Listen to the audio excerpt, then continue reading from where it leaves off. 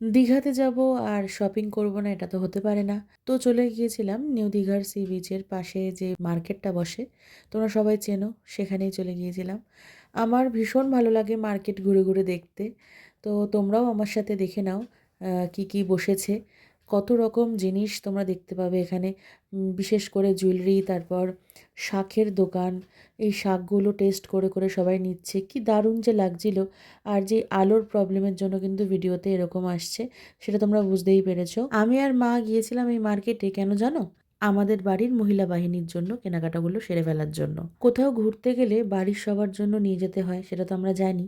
আর না নিয়ে গেলেও মনটা কেমন যেন খুঁতখুত করে। তো আজকে এসেছি সবাইকে একই রকম উপহার দেব, তার জন্য আজকে আমরা কেনাকাটা করতে এসেছি। আর অবশ্যই আমরা আজকে ব্যাগ কিনবো। ব্যাগের দোকান খোঁজ করছিলাম। তো আমার মা ব্যাগ কিনতে এমনিতেই খুব ভালোবাসে। মা নিজেও ব্যাগ ব্যবহার করতে ভীষণ ভালোবাসে, ব্যাগের কেনাকাটা প্রচুর করে সারা বছর। আর এখানে এসে ব্যাগ কিনবো না তা তো হতেই পারে না। তো চলে আসলাম ব্যাগের দোকানে। এখানে আমার মা কিন্তু ব্যাগ কেনাকাটা করছিল বাড়ির সব্বার জন্য। তো আমরা কি কি কিনলাম, কার কার জন্য কি কিনলাম, এর পরের ভিডিওতে তোমরা দেখতে পারবে। তো পরের ভিডিও দেখার জন্য স্টে টিউনড। সবাই ভালো থেকো, টাটা।